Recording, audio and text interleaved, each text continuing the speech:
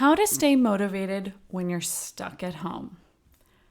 For the majority of people around the world, plans for the month of April involve staying indoors and making the most of time at home.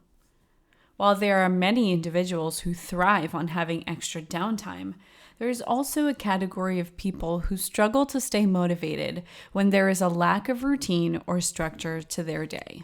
There are also people out there who are having difficulty managing a positive work-life balance, complaining that they are busier with work now more than they were before, despite being forced to log on remotely. Hours feel longer, and the days all seem to blend into one another. So how can one be expected to stay on track with their studies and find the motivation to commit to improving their communication skills?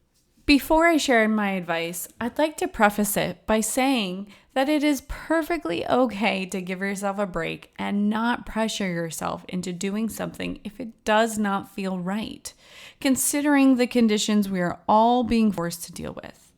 I understand that not everyone has the luxury of extra downtime despite being stuck at home because they have a family to care for and additional responsibilities they need to look after. Or you might be overwhelmed with the current state of the world and have a sense of hopelessness or a loss of control. Emotions are running high and there doesn't feel like much you can do about it from your couch. If you identify with any one of these scenarios, you are not alone. By suggesting these tips, I'm simply providing some encouragement to utilize your time, if you have any, towards something positive, something that brings you joy and helps you connect with others around the world.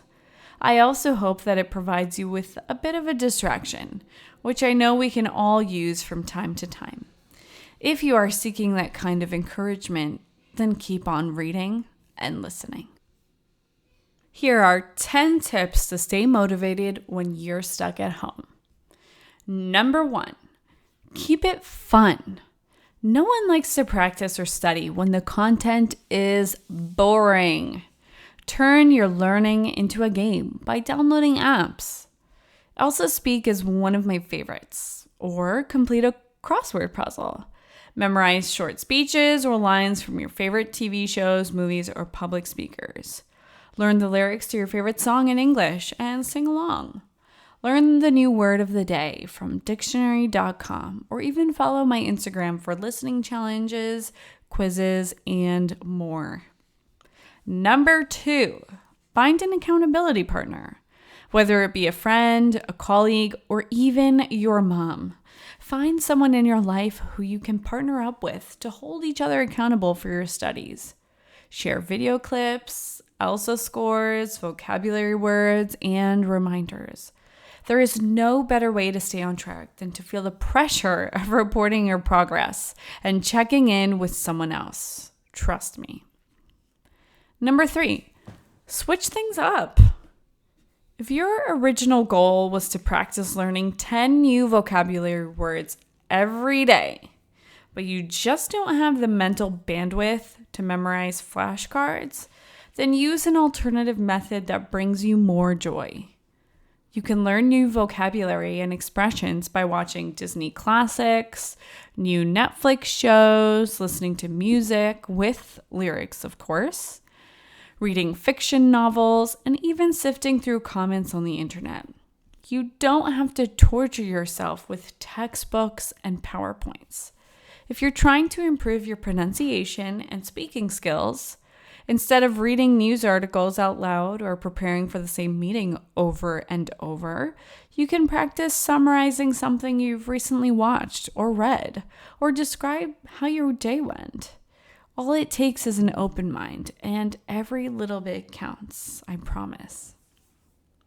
Number 4, set realistic goals. Despite having every intention of wanting to come out of quarantine a true master of a new language, hobby, or skill, it is more likely that you will come out of it closer to the person you were before it all started, right? Let's be real. But there is nothing wrong with that. So instead of setting yourself up for disappointment and failure, keep your goals realistic and easy to manage. Instead of committing to 1 hour of speaking practice each day, aim for 1-minute voice notes. Instead of trying to tackle 5 books over the next few weeks, aim for just 5 to 10 pages per day. If you're able to get more done, great, amazing, good for you, high five. If not, well, then at least you can spare yourself the judgment. Number 5, share your daily study habits with a friend or even social media. The act of putting your day-to-day activities out there for the world to see can give you a sense of pride and further accountability. You might find a friend or even a stranger who has the same goals in mind. Others may share in your struggles and send you words of encouragement to help you keep going. Number 6. Surround yourself with words of encouragement. Sometimes you have to be your own best friend, and that involves providing yourself with visual affirmations to reinforce your belief that you possess everything it takes to be the person you want to be. Write down quotes or keywords that spark your brain and heart into action.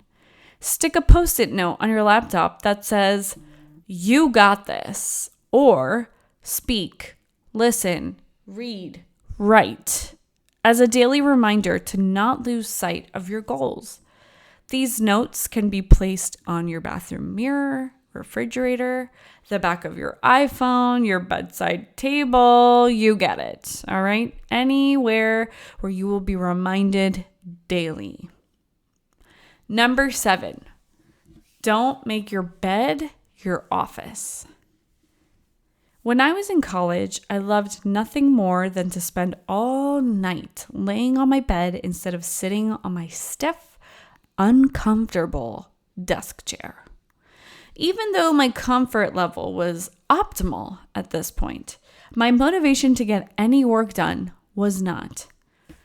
It can be difficult to disassociate your bed from anything other than cozy, sleepy time, and therefore can lead you down a path of seeking distractions, indulging in guilty pleasures such as binge watching YouTube tutorials, eating just one more snack, and endlessly scrolling TikTok. Well, you get the point. You might not have any other option than to study or work from your bedroom, but at least try to change your setup between tasks.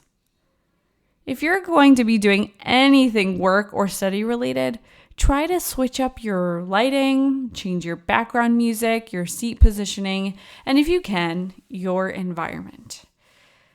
Sit in the living room or your kitchen table if possible. You can even set up a stool in your closet and record voice notes to rehearse for an upcoming presentation or just practice pronunciation drills. A change in atmosphere will do wonders for your brain and your mood. Number 8, keep track of your wins, not your losses. Most people make a laundry list of items they want to accomplish for the day. But what happens if you find yourself without that many boxes to check off? It can leave you feeling low and defeated, and we certainly don't want that right now. What you could try instead is to write down every task you have accomplished throughout the day. You can reflect back on them at night to see everything you actually made time for and brainstorm what you'd like to tackle tomorrow. Instead of recreating the same to-do list each day that doesn't seem to get smaller, write down the positive tasks you nailed, and you will find yourself feeling motivated to complete even more with each win.